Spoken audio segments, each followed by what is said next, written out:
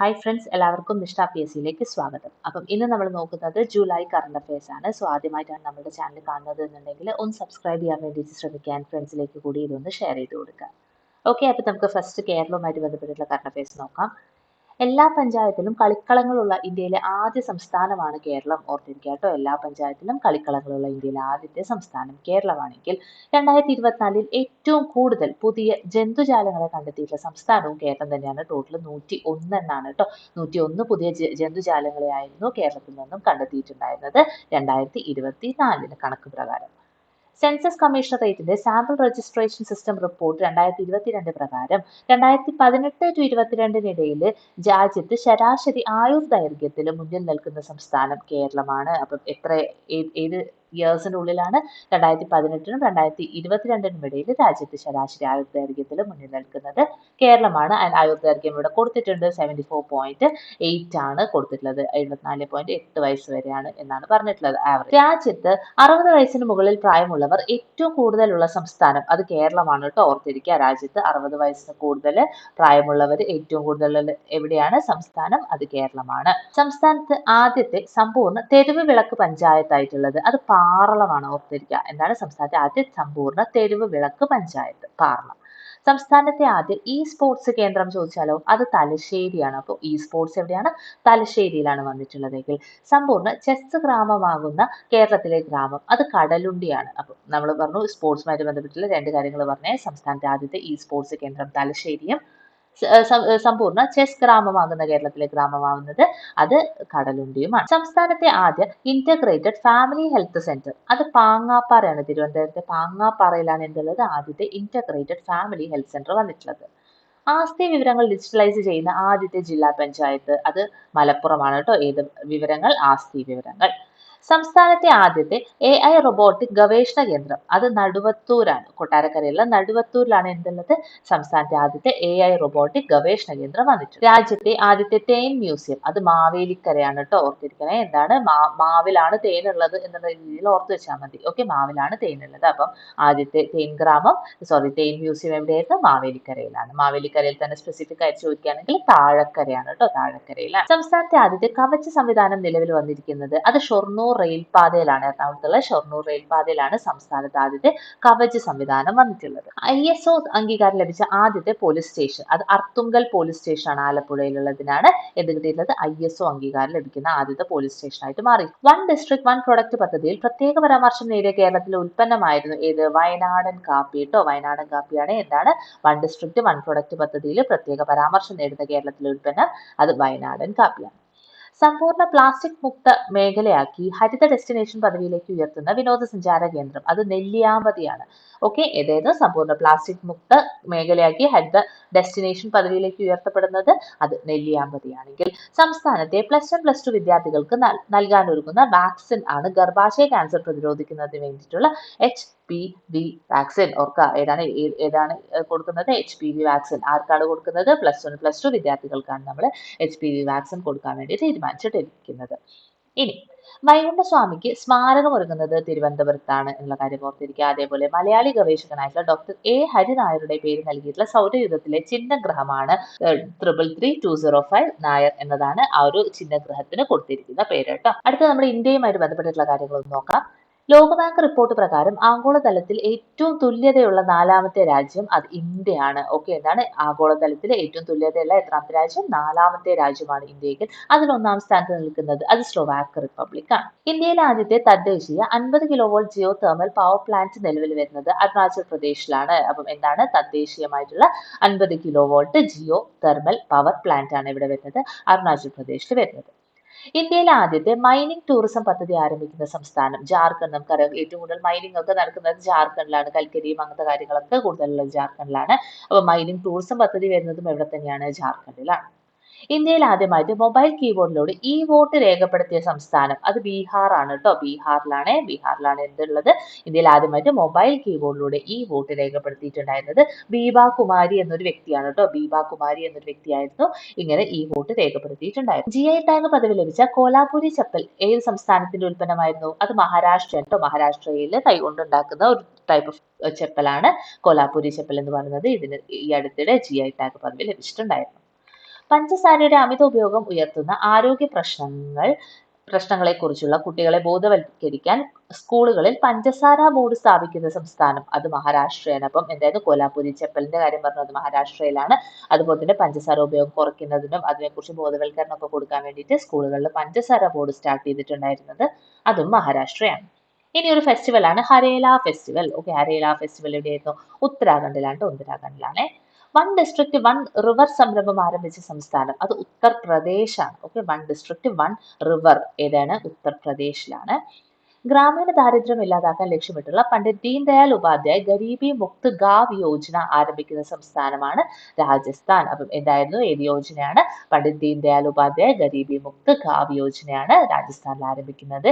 എന്താണ് ലക്ഷ്യം? ഗ്രാമീണ ദാരിദ്ര്യം ഇല്ലാതാക്കും. ഇന്ത്യയിലെ ആദ്യത്തെ എക്വാടെക് പാർക്ക് അത് സോനാപൂരിലാണ്. അസമിലെ സോനാപൂരിലാണ് എന്ത് വന്നിട്ടുള്ളത്? എക്വാടെക് പാർക്ക് വരുന്നതെങ്കിൽ പേവിഷമുക്തം എന്ന നേട്ടം കൈവരിച്ച ഇന്ത്യയിലെ ഏക സംസ്ഥാനം അത് ഗോവയാണ് കേട്ടോ. എന്താണ്? പേവിഷമുക്തം എന്ന നേട്ടം കൈവരിച്ചിട്ടുള്ള ഏക സംസ്ഥാനം ഗോവയാണെങ്കിൽ TB ഡെത്ത് പ്രഡിക്ഷൻ മോഡൽ നടപ്പിലാക്കുന്ന ആദ്യത്തെ ഇന്ത്യൻ സംസ്ഥാനം അത് തമിഴ്നാടാണ്. എന്തായിരുന്നു? TB death prediction model. ഇന്ത്യയിലെ ആദ്യത്തെ ഹിന്ദി ഭാഷ മെഡിക്കൽ കോളേജ് നിലവിൽ വരുന്നത് അത് മധ്യപ്രദേശിലാണ്. ഓക്കെ, എന്താണ്? ഹിന്ദി ഭാഷയിലുള്ള മെഡിക്കൽ കോളേജ് ആണ് എവിടെ വരുന്നത്? മധ്യപ്രദേശിൽ വരുന്നത്. ആദിവാസി സമൂഹങ്ങളെ മാത്രം കേന്ദ്രീകരിച്ച് ജീനോം സീക്വൻസിംഗ് സംരംഭം ആരംഭിച്ച ആദ്യ സംസ്ഥാനം ഗുജറാത്താണ്. അപ്പം ആരെ കേന്ദ്രീകരിച്ചുകൊണ്ട്? ആദിവാസി സമൂഹങ്ങളെ മാത്രം കേന്ദ്രീകരിച്ചുകൊണ്ട് ജീനോം സീക്വൻസിംഗ് ആരംഭിച്ചിട്ടുള്ളത് അത് ഗുജറാത്തിലാണ്. ഇനി പോലാവാരം ഇറിഗേഷൻ പദ്ധതി ഏത് സംസ്ഥാനത്താണെന്ന് ചോദിച്ചാൽ അത് ആന്ധ്രാപ്രദേശിൽ ഗോദാവരി നദീതീരത്തൊക്കെയാണ് എന്ത് ഇരിക്കുന്നത്? ഈ ഒരു ഇറിഗേഷൻ പദ്ധതി ഉള്ളത് കേട്ടോ. പോളവാരം ഇറിഗേഷൻ പദ്ധതി ഉള്ളത്. ഇന്ത്യയിലെ ആദ്യത്തെ ഹരിത ഡാറ്റാ സെന്റർ അത് ഉത്തർപ്രദേശിലെ ഷാഹിബാബാദിലാണ്. അപ്പൊ എന്താണ് ഹരിത ഡാറ്റാ സെന്റർ? ഇങ്ങനത്തെ കാര്യങ്ങളൊക്കെ നമുക്ക് പലപ്പോഴും എടുത്ത് ചോദിക്കാറുള്ളതാണ്, ഓർത്തിരിക്കുക. ഇന്ത്യയിലെ ആദ്യത്തെ ഹരിത ഡാറ്റാ സെന്റർ ആണ് ഇവിടെ ഉള്ളത് ഷാഹിബാബാദ്. ലോകത്തിലെ ആദ്യത്തെ മഴ മ്യൂസിയം നിലവിൽ വരുന്നത് അത് മൗസിൻ റാം. നമുക്കറിയാം ഏറ്റവും കൂടുതൽ മഴ ലഭിക്കുന്നത് ഇന്ത്യയിൽ എവിടെയാണ്? മൗസിൻ റാമിൽ ആണ്. അപ്പൊ അതുകൊണ്ട് തന്നെ ലോകത്തിലെ ആദ്യത്തെ മഴ മ്യൂസിയം വരാനുള്ള എല്ലാ തരത്തിലുള്ള ക്വാളിഫിക്കേഷൻ ഉള്ളതും എവിടെ തന്നെയാണ്? മൗസിൻ റാമിൽ തന്നെ. ഇന്ത്യയിലെ ആദ്യത്തെ ഡിജിറ്റൽ നാടോടി ഗ്രാമമാണ് യാക്ടൻ. സിക്കിമിലെ യാക്ടൻ ആണ് ഇന്ത്യയിലെ ആദ്യത്തെ ഡിജിറ്റൽ നാടോടി ഗ്രാമമായിട്ടുള്ളത്. ഇന്ത്യയിലെ ആദ്യത്തെ സ്വകാര്യ ഗതിശക്തി കാർഗോ ടെർമിനൽ ഉദ്ഘാടനം ചെയ്തത് അത് സൂററ്റിലാണ്. എന്തായിരുന്നു ക്വസ്റ്റ്യൻ? എങ്ങനെയാണ്? ഇന്ത്യയിലെ ആദ്യത്തെ സ്വകാര്യ ഗതിശക്തി കാർഗോ ടെർമിനൽ ആണ് എവിടെ ഉള്ളത്? സൂററ്റിലുള്ളത്. ഡിജിറ്റൽ ഹ്യൂസ് അഡ്രസ് പ്രൊജക്ട് ആരംഭിച്ച ഇന്ത്യയിലെ ആദ്യത്തെ നഗരം ചോദിച്ചാൽ അത് ഇൻഡോർ ആണ് കേട്ടോ. അപ്പോൾ ഡിജിറ്റൽ ഹൗസ് അഡ്രസ് പ്രൊജക്ട് ആരംഭിച്ച ഇന്ത്യയിലെ ആദ്യത്തെ നഗരം ഏതായിരുന്നു? അത് ഇൻഡോർ. സ്ത്രീകൾക്കും ട്രാൻസ്ജെൻഡർമാർക്കും സൗജന്യ ബസ് യാത്ര സാധ്യമാക്കുന്നതിനായിട്ട് സഹേലി സ്മാർട്ട് കാർഡ് അവതരിപ്പിച്ചിരിക്കുന്നത് ഡൽഹിയാണ്. ഇങ്ങനത്തെ വാക്കുകളൊക്കെ ഒന്ന് ഓർത്ത് വെക്കുക കേട്ടോ. സഹേലി സ്മാർട്ട് കാർഡ് അവതരിപ്പിച്ചിട്ടുള്ളത് എവിടെയാണ്? ഡൽഹിയിലാണ്. ഏറ്റവും വലിയ മെഗാ ശുചിത്വ പരിപാടി നടത്തിയ ഇന്ത്യയിലെ ആദ്യത്തെ ജില്ല അത് നുവാപാഡ ജില്ലയാണ്, ഒഡീഷയിലെ. എന്ത് നടത്തിയ ഏറ്റവും വലിയ മെഗാ ശുചിത്വ പരിപാടി? സൂപ്പർ സ്വച്ഛ് സർവേക്ഷൻ ലീഗ് പുരസ്കാരം 2025 നേടിയ നഗരം ചോദിച്ചാൽ ഇൻഡോർ ആണ്. നമുക്കറിയാം ഏറ്റവും വൃത്തിയുള്ള നഗരം എന്നതിനൊക്കെ ഒത്തിരി തവണ അവാർഡൊക്കെ നേടിയിട്ടുള്ള നഗരമാണ് ഇൻഡോർ എന്ന് പറയുന്നത്. അതിനാണ് ഇപ്രാവശ്യം എന്ത് കിട്ടിയത്? സൂപ്പർ സ്വച്ഛ് സർവേക്ഷൻ ലീഗ് പുരസ്കാരം ലഭിച്ചിട്ടുള്ളത്. അന്താരാഷ്ട്ര ഉരുളക്കിഴങ്ങ് കേന്ദ്രത്തിന്റെ ദക്ഷിണേഷ്യൻ മേഖലാ കേന്ദ്രം നിലവിൽ വരുന്നത് ആഗ്രയാണ്. ഓക്കെ, ഓർത്തിരിക്കുക കേട്ടോ. അന്താരാഷ്ട്ര ഉരുളക്കിഴങ്ങ് കേന്ദ്രത്തിന്റെ ദക്ഷിണേഷ്യൻ മേഖലാ കേന്ദ്രം Agra. Centre for research and energy and clean air തയ്യാറാക്കിയ റിപ്പോർട്ട് പ്രകാരം രാജ്യത്തെ ഏറ്റവും മലിനമായിട്ടുള്ള നഗരം അത് ബെർണിഹട്ടാണ്. മേഘാലയയിലെ ബെർണിഹട്ടിലാണ് എന്തുള്ളത്? രാജ്യത്തെ ഏറ്റവും മലിനമായിട്ടുള്ള നഗരം ഉള്ളത്. അടുത്തത് ഇമ്പോർട്ടന്റ് ആയിട്ടുള്ള ഒരു ക്വസ്റ്റൻ ആണ്. ഇന്ത്യയിലെ രണ്ടാമത്തെ നീളം കൂടിയ കേബിൾ സ്റ്റേ പാലം അത് ഷിമോഗയിലാണ് കേട്ടോ. കർണാടകയിലെ ഷിമോഗയിലാണ് ഇത് വന്നിട്ടുള്ളത്. അപ്പൊ നിങ്ങളൊന്ന് കമന്റ് ചെയ്ത് ഇന്ത്യയിലെ ആദ്യത്തെ ഏറ്റവും നീളം കൂടിയുള്ള കേബിൾ സ്റ്റേ പാലം അത് ഏതായിരുന്നു? നമ്മൾ ഇതിന് മുന്നുള്ള കറണ്ട് അഫയേഴ്സ് ഒക്കെ പഠിച്ചിട്ടുള്ളതാണ്. ഓക്കെ, അപ്പൊ ഈ ഷിമോഗയിലുള്ള ഈ ഒരു പാലത്തിന്റെ പേര് എന്ന് പറയുന്നത് സിഗന്ദൂർ ചൗഡേശ്വരി പാലം എന്നതാണ്. 6 കിലോമീറ്റർ ആണ് ഇതിന് നീളം വരുന്നത്. ഇനി ഏത് നദിക്ക് കുറുകെയാണ് ഈ ഒരു സിഗന്ദൂർ ചൗഡേശ്വരി പാലം ഉള്ളത്? അത് ശരാവതി നദിക്ക് കുറുകെയാണ്. അമ്പാറഗോഡ്ലുവിനെ കലസാവല്ലി താലൂക്കുമായിട്ട് ബന്ധിപ്പിക്കുന്നു. ഓക്കെ, എന്താണ്? അമ്പാറഗോഡ്ലുവിനെ കലസാവല്ലി താലൂക്കുമായിട്ട് ബന്ധിപ്പിക്കുന്നതാണ് ഈ ഒരു സിഗന്ദൂർ ചൗഡേശ്വരി പാലം. ഓക്കെ, ഇനി ഇന്ത്യയിലെ ആദ്യത്തെ വന്യജീവി മേൽപ്പാലം ഇടനാഴി നിലവിൽ വന്ന എക്സ്പ്രസ് വേ അത് ഡൽഹി മുംബൈ എക്സ്പ്രസ് വേ ആണ്. ഇമ്പോർട്ടന്റ് ക്വസ്റ്റൻ ആണ്. ഇന്ത്യയിലെ ആദ്യത്തെ വന്യജീവി മേൽപ്പാലം ഇടനാഴി അത് വന്നിട്ടുള്ളത് എവിടെയായിരുന്നു? ഏത് എക്സ്പ്രസ് വേയിലാണ്? ഡൽഹി മുംബൈ എക്സ്പ്രസ് വേയിലാണ്. പൂർണ്ണമായും ഹരിത ഊർജ്ജത്തിൽ പ്രവർത്തിക്കുന്ന ഒഡീഷയിലെ ആദ്യത്തെ റേഡിയോ സ്റ്റേഷൻ അത് റേഡിയോ ഔട്ട്റീച്ച് 90.8 FM ആണ്. എന്തിലാണ്? ഹരിത ഊർജ്ജത്തിൽ. ഹരിത ഊർജ്ജത്തിൽ പൂർണ്ണമായും പ്രവർത്തിക്കുന്ന ഒഡീഷയിലെ റേഡിയോ സ്റ്റേഷനാണ് റേഡിയോ ഔട്ട്റീച്ച് 90.8 FM എന്ന് പറയുന്നത്. ഇന്ത്യയിലെ ആദ്യത്തെ പെയ്ഡ് ചിപ്പ് പ്രോട്ടോടൈപ്പ് അവതരിപ്പിച്ച കമ്പനിയാണ് കെയ്ൻസ് സെമികോൺ. എന്തായിരുന്നു? ഇന്ത്യയിലെ തന്നെ ആദ്യത്തെ പെയ്ഡ് ചിപ്പ് പ്രോട്ടോടൈപ്പ് ആണ് കെയ്ൻസ് സെമികോൺ കൊണ്ടുവന്നിട്ടുണ്ടായിരുന്നത്. യുനെസ്കോയുടെ ലോക പൈതൃക പട്ടികയിൽ ഇടം നേടിയ തമിഴ്നാട്ടിലെ കോട്ടയായിരുന്നു ജിൻജി കോട്ട കേട്ടോ. കിഴക്കിന്റെ ട്രോയ് എന്നൊക്കെ അറിയപ്പെടുന്ന കോട്ടയാണ് ഈ ഒരു ജിൻജി കോട്ട എന്ന് പറയുന്നത്. അങ്ങനെയും ആ രീതിയിലും നിങ്ങൾക്ക് ചോദ്യം പ്രതീക്ഷിക്കാവുന്നതാണ്. കിഴക്കിന്റെ ട്രോയ് ഏതാണ്? യുനെസ്കോയുടെ ലോക പൈതൃക പട്ടികയിലൊക്കെ ഇടം നേടിയിട്ടുള്ള കിഴക്കിന്റെ ട്രോയ് എന്ന് അറിയപ്പെടുന്ന ആ ഒരു കോട്ട ഏതാണ് എന്നൊക്കെ ചോദിച്ചിട്ടുണ്ടെങ്കിൽ നിങ്ങൾക്ക് പറയാൻ വേണ്ടിയിട്ട് പറ്റണം ഏതാണ്. അത് ജിൻജി കോട്ടയാണ്. യുനെസ്കോയുടെ ലോക പൈതൃക പട്ടികയിൽ താൽക്കാലികമായിട്ട് ഇടം പിടിച്ച മേഘാലയയിലെ പാലമായിരുന്നു ലിവിംഗ് റൂട്ട് ബ്രിഡ്ജ്. നിങ്ങൾ കണ്ടിട്ടുണ്ടാവും പലപ്പോഴും പിക്ചേഴ്സിലൊക്കെ ലിവിംഗ് റൂട്ട് ബ്രിഡ്ജ്. അതാണ് താൽക്കാലിക പട്ടികയിൽ ഈയിടെ യുനെസ്കോയുടെ താൽക്കാലിക പട്ടികയിൽ ഇടം നേടിയിട്ടുണ്ടായിരുന്നു. മഹാരാഷ്ട്രയിലെ സംസ്ഥാന ഉത്സവമായിട്ട് പ്രഖ്യാപിതമായിട്ടുള്ളത് അത് ഗണേശോത്സവമാണ് കേട്ടോ. മഹാരാഷ്ട്രയിലെ ഏറ്റവും ഫേമസ് ആയിട്ടുള്ള ഒരു ഉത്സവമാണ് ഗണേശോത്സവം എന്ന് പറയുന്നത്. അതിനെ അവരെന്ത് ചെയ്തിട്ടുണ്ട്? സംസ്ഥാന ഉത്സവമാക്കിയിട്ട് മാറ്റി. രാജ്യത്തെ ആദ്യത്തെ വേഴാമ്പൽ സംരക്ഷണ കേന്ദ്രം നിലവിൽ വന്നത് അത് ആനമല ടൈഗർ റിസർവ് തമിഴ്നാട്ടിലാണ്. അപ്പം എന്താണ്? രാജ്യത്തെ ആദ്യത്തെ വേഴാമ്പൽ സംരക്ഷണ കേന്ദ്രം അതാണ് ആനമലയിലുള്ളത്. സുപ്രീം കോടതി ജീവനക്കാരുടെ നിയമനത്തിന് OBC-കാർക്ക് 27% സംവരണം ഏർപ്പെടുത്തിയ കോടതിയാണ് സുപ്രീം കോടതി. അപ്പം എന്താണ്? സുപ്രീം കോടതി ജീവനക്കാർക്ക് അപ്പോൾ OBC-കാർക്ക് എത്ര ശതമാനമാണ് ഇപ്പോൾ സംവരണമുള്ളത്? 27% സംവരണം വന്നിട്ട്. ഇനി സുപ്രീം കോടതി ജീവനക്കാർക്ക് നൽകുന്ന സംവരണം വേറെ ഏതൊക്കെയാണ്? SC-കാർക്ക് 15%, ST വിഭാഗത്തിൽപ്പെട്ടവർക്ക് 7.5%, ഇപ്പോൾ OBC-കാർക്കാണെങ്കിൽ എന്താണ്? 27%മാണ് സംവരണം നൽകി. വിവരാവകാശ നിയമത്തിന് കീഴിൽ എയ്ഡഡ് സ്വകാര്യ കോളേജുകളും ഉൾപ്പെടും എന്ന് വിധിച്ച കേസാണ് Varghese versus MG university. Important ആയിട്ടുള്ള ക്വസ്റ്റൻ ആണ്, ചോദ്യം വരാൻ ചാൻസ് ഉണ്ട്. എന്തായാലും വിവരാവകാശ നിയമത്തിന് കീഴിൽ എയ്ഡഡ് കോളേജസും അതുപോലെ തന്നെ സ്വകാര്യ കോളേജസും ഉൾപ്പെടും എന്ന് വിധിച്ചിട്ടുള്ളത് ഏത് കേസിനെ ആസ്പദമാക്കിയിട്ടാണ്? വർഗീസ് വേഴ്സസ് MG യൂണിവേഴ്സിറ്റി കേസുമായിട്ട് ബന്ധപ്പെട്ടിട്ടാണ്. ഇനി മൗണ്ട് എൽബ്രസ് കീഴടക്കിയ ഏറ്റവും പ്രായം കുറഞ്ഞ പർവ്വതാരോഹകൻ അത് തേജ്ബീർ സിംഗ് ആണ്. ഏതാണ് മൗണ്ടൻ? അത് മൗണ്ട് എൽബ്രസ് ആണ്. ആരുടെ ജന്മശതാബ്ദിയോടനുബന്ധിച്ചാണ് കേന്ദ്ര സർക്കാർ 100 രൂപയുടെ പ്രത്യേക നാണയം പുറത്തിറക്കിയിട്ടുണ്ടായിരുന്നത്? അത് MS സ്വാമിനാഥന്റെയാണ്. MS സ്വാമിനാഥന്റെ ജന്മശതാബ്ദിയോടനുബന്ധിച്ചിട്ട് എത്ര രൂപ? 100 രൂപയുടെ പ്രത്യേക കോയിന് RBI കേന്ദ്ര സർക്കാർ ഇറക്കിയിട്ടുണ്ടായിരുന്നു. അടുത്തത് ഇമ്പോർട്ടന്റ് ആണ്. ഖേലോ ഭാരത് നീതി 2025 ആണ്. ദേശീയ സ്പോർട്സ് പോളിസി എന്നറിയപ്പെടുന്ന രേഖയാണ് ഖേലോ ഭാരത് നീതി 2025 എന്ന് പറയുന്നത്. രാജ്യത്തിന്റെ കായിക ആവാസ വ്യവസ്ഥയുടെ പുരോഗതിക്കായിട്ട് പദ്ധതികൾ രൂപകൽപ്പന ചെയ്യുന്നതിനുള്ള മാർഗനിർദ്ദേശ രേഖ അതേതാണെന്ന് ചോദിച്ചാൽ ഏതാണ്? അത് Khelo Bharat നീതിയാണ്.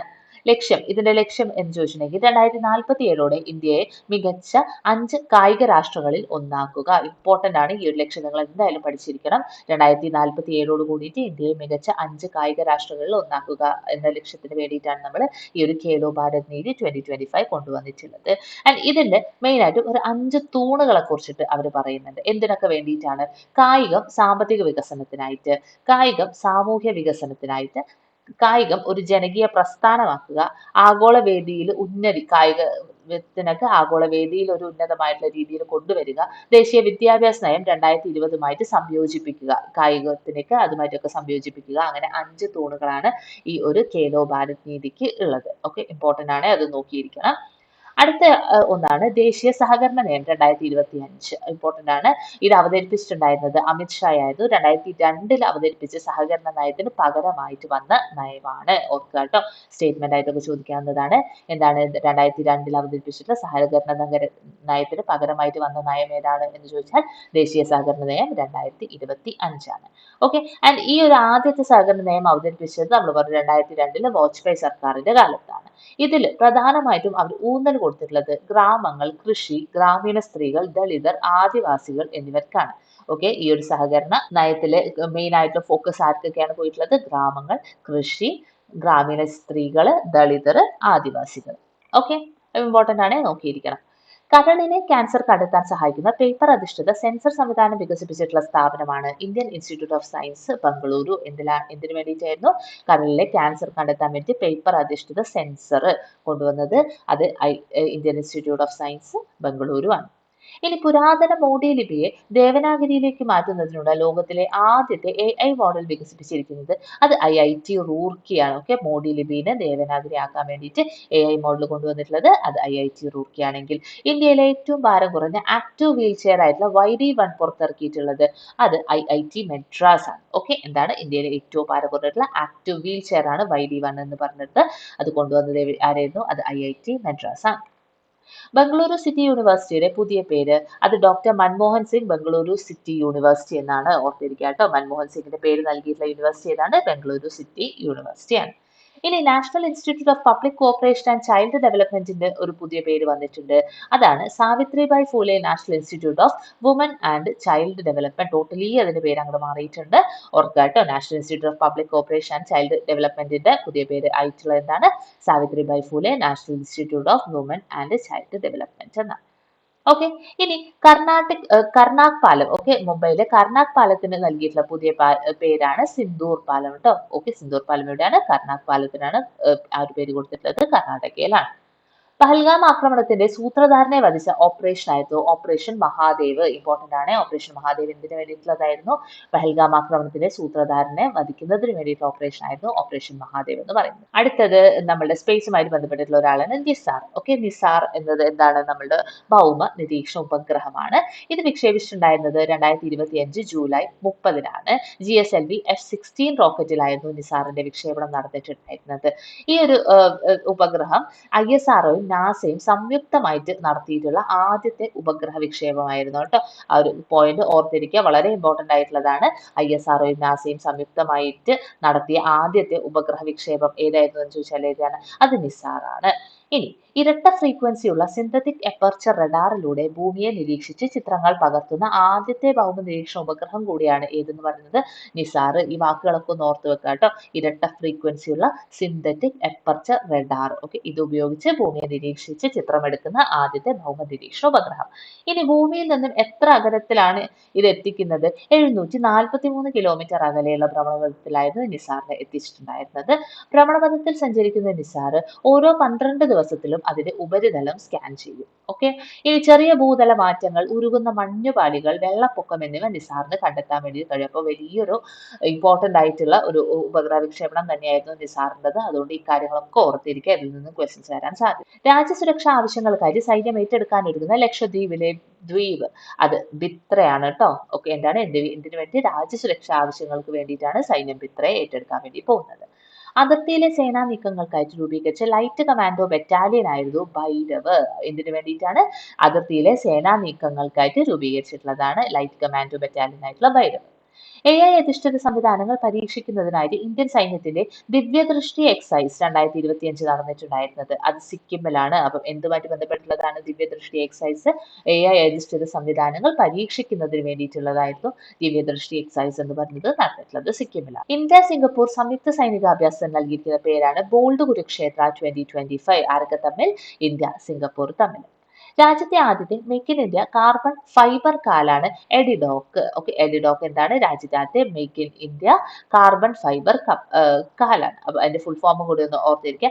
AIIMS BB Nagar DRDO indigenously developed optimised carbon fruit processes എന്നതാണ് എഡിഡോക്കിന്റെ ഫുൾ ഫോം ആയിട്ട് വന്നിട്ടുള്ളത്. ഇമ്പോർട്ടന്റ് ആണ്, അത് നോക്കി വെച്ചേക്കാം കേട്ടോ. ഞാൻ ഇത് വികസിപ്പിച്ചിട്ടുണ്ടായിരുന്നത് എയിംസും BB നഗറും DRDOയും ചേർന്ന്. ഇനി ഇന്ത്യൻ നാവികസേനയിലെ ആദ്യത്തെ വനിതാ യുദ്ധ വിമാന പൈലറ്റ് ആയത് അത് ആസ്ഥ പുനിയാണ്.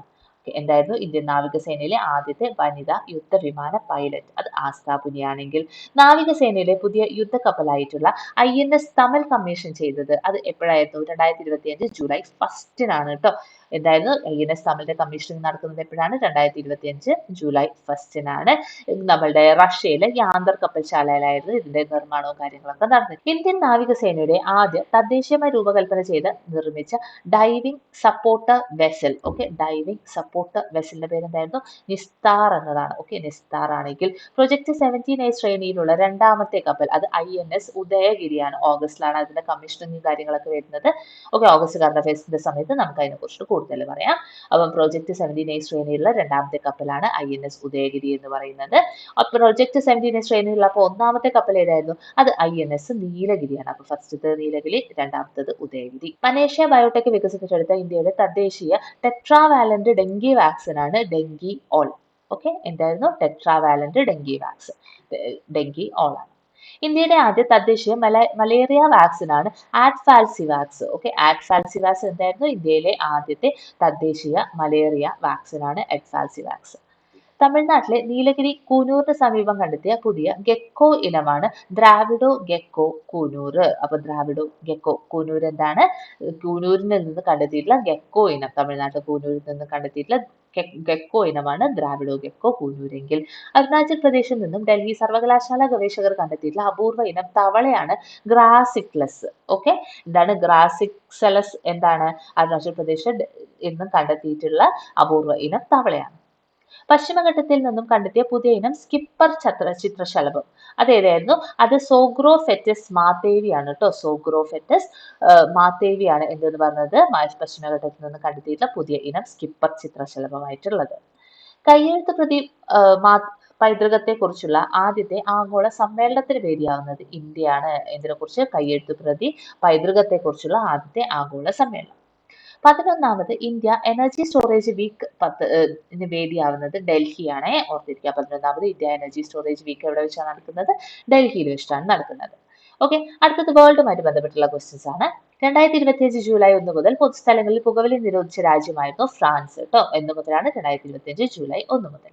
കാലാവസ്ഥാ വ്യതിയാനം മൂലം ഉന്മൂല ഭീഷണി നേരിടുന്ന തെക്കൻ ദ്വീപിലെ രാജ്യം ആണ്, അത് വനൌത്തു ആണ്. ഓക്കെ, വനൌത്തു എന്താണ്? കാലാവസ്ഥാ വ്യതിയാനം മൂലം ഉന്മൂലന ഭീഷണിയാണ് ഇത് നേരിട്ടുകൊണ്ടിരിക്കുന്നത്. അന്താരാഷ്ട്ര ആണവോർജ്ജ ഏജൻസിയുമായുള്ള സഹകരണം അവസാനിപ്പിച്ച രാജ്യം അത് ഇറാൻ ആണ്. ഇമ്പോർട്ടന്റ് ആണ്. ഇനി അഫ്ഗാനിസ്ഥാനിലെ താലിബാൻ സർക്കാരിനെ ഔദ്യോഗികമായിട്ട് അംഗീകരിച്ച ആദ്യ രാജ്യം ഏതായിരുന്നു? റഷ്യയാണ്. ഓക്കെ, എന്താണ്? അഫ്ഗാനിസ്ഥാനിലെ താലിബാൻ സർക്കാരിനെ ഔദ്യോഗികമായിട്ട് അംഗീകരിച്ചിരിക്കുകയാണ് റഷ്യയെങ്കിൽ. ബിഗ് ബ്യൂട്ടിഫുൾ ബിൽ ഏത് രാജ്യവുമായിട്ട് ബന്ധപ്പെട്ടിരിക്കുന്നു? അത് അമേരിക്കയുമായിട്ട് ബന്ധപ്പെട്ടിട്ടുള്ളതാണ്. ഏതെന്ന് പറഞ്ഞത്? ബിഗ് ബ്യൂട്ടിഫുൾ ബിൽ എന്ന് പറയുന്നത്. ഇനി ഇലോൺ മസ്കിന്റെ ഒരു പുതിയ രാഷ്ട്രീയ പാർട്ടി വന്നിട്ടുണ്ടായിരുന്നല്ലോ, സിമ്പിൾ ആയിട്ട് പഠിക്കാൻ വേണ്ടിയിട്ട്. അമേരിക്ക പാർട്ടി എന്നാണ് ഇതിന്റെ പേര് കൊടുത്തിട്ടുള്ളത് കേട്ടോ. ഇലോൺ മസ്കിന്റെ പുതിയ രാഷ്ട്രീയ പാർട്ടി. ഇനി LGBTQ+ അവകാശങ്ങളെ പരിഗണിച്ച് ഹംഗറിയിൽ നടന്ന പ്രകടനമായിരുന്നു Budapest Pride March. Okay, Budapest Pride March എന്താണ്? LGBTQ അവകാശങ്ങളെ പിന്തുണച്ചുകൊണ്ട് ഹംഗറിയിൽ നടന്നിട്ടുള്ള പ്രകടനമാണെങ്കിൽ 25 വർഷത്തെ പ്രവർത്തനത്തിന് ശേഷം പ്രവർത്തനം അവസാനിപ്പിച്ച കമ്പനിയാണ് മൈക്രോസോഫ്റ്റ്. അപ്പം എത്ര വർഷം ഉണ്ടായിരുന്നു മൈക്രോസോഫ്റ്റ്? 25 വർഷമായിരുന്നു ഉണ്ടായിട്ടുണ്ടായത്. ഇനി ലോകത്തിലെ ഏറ്റവും വലിയ അണക്കെട്ട് പദ്ധതി നിലവിൽ വരുന്നത് അത് ചൈനയിലെ യാർലോങ് സാങ്പോ നദിയിലാണ്. ഇമ്പോർട്ടന്റ് ആണ്, വളരെ ഇമ്പോർട്ടന്റ് ആണ്. ലോകത്തിലെ ഏറ്റവും വലിയ അണക്കെട്ട് പദ്ധതി നിലവിൽ വരുന്നത് അത് ചൈനയിലെ യാർലോങ് സാങ്പോ നദിയിലാണ്. India, Japan, United States, Australia എന്നീ രാജ്യങ്ങളുടെ തീരസംരക്ഷണ സേനകൾ വിൽമിംഗ്ടൺ പ്രഖ്യാപനത്തിന് കീഴിൽ ആദ്യമായിട്ട് Quad at Sea Ship Observation Mission സംരംഭം ആരംഭിച്ചിട്ടുണ്ടായി. ഓക്കെ, ഓർത്തിരിക്കുക കേട്ടോ. Quad at Sea Ship Observation Mission സംരംഭം ആരംഭിച്ചത് ഏതൊക്കെ രാജ്യങ്ങളിലെ തീര സംരക്ഷണ സേനകൾ ചേർന്നിട്ടാണ്? India, Japan, United States, Australia എന്നീ രാജ്യങ്ങളുടെയാണ് എന്നുള്ള കാര്യം ഓർക്കുക. 2024 ക്വാഡ് ഉച്ചകോടി നടക്കുന്നത് അത് വിൽമിംഗ്ടൺ ആണ്. ഓക്കെ, USA വിൽമിംഗ്ടണിൽ വെച്ചിട്ടായിരുന്നു 2024 ക്വാഡ് ഉച്ചകോടി നടന്നതെങ്കിൽ 2025 ക്വാഡ് വിദേശകാര്യമന്ത്രിമാരുടെ സമ്മേളനം നടന്നിട്ടുണ്ടായിരുന്നത് അത് വാഷിംഗ്ടണിൽ വെച്ചിട്ടാണ്. രണ്ടും തമ്മിലുള്ള ഡിഫറൻസ് മനസ്സിലാക്കുക. ഉച്ചകോടി നടന്നത് വിൽമിംഗ്ടണിലും വിദേശകാര്യമന്ത്രികളുടെ സമ്മേളനം നടന്നിട്ടുണ്ടായിരുന്നത് അത് വാഷിംഗ്ടണിലുമാണ്. ഇനി 17ാമത് ബ്രിക്സ് ഉച്ചകോടിക്ക് വേണ്ടിയാവുന്നത് അത് റിയോ ഡി ജനീറോ ആണ്, ബ്രസീൽ. പലപ്പോഴും ക്വസ്റ്റ്യൻ എക്സാമിന് ചോദിക്കുന്ന ഒരു ഭാഗമാണിത്. 17ാമത് ബ്രിക്സ് ഉച്ചകോടി എന്ന് പറയുന്നത് അത് എവിടെയാണ്? Rio de ജനീറോയിലാണെങ്കിൽ. വിക്ഷേപണത്തിന് ഒരുങ്ങുന്ന ദുഃഖം 2 ഏത് രാജ്യത്തിന്റെ റോക്കറ്റ് ആയിരുന്നു? അത് ഒമാനിന്റെയാണ്. അപ്പൊ ദുഃഖം ഒമാന്റെയാണ്.